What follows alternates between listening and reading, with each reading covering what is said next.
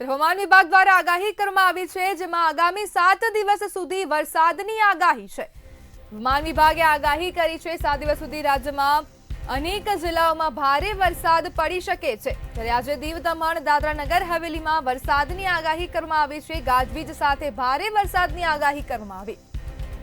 કચ્છ, બનાસકાંઠા, સાબરકાંઠા, જામનગરમાં પણ વરસાદની આગાહી કરવામાં આવી છે। દ્વારકા અને પોરબંદરમાં અતિ ભારે વરસાદની આગાહી કરવામાં આવી છે। હવામાન વિભાગ દ્વારા આગાહી કરવામાં આવી અને પાટણ, મહેસાણા, મોરબી, સુરેન્દ્રનગર, રાજકોટમાં વરસાદની આગાહી કરી છે।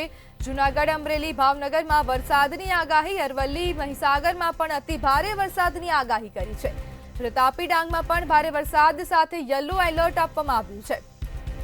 આગામી 7 દિવસ સુધી વરસાદની આગાહી કરવામાં આવી છે અને રાજ્યના અનેક જિલ્લાઓમાં ભારે વરસાદની શક્યતા છે।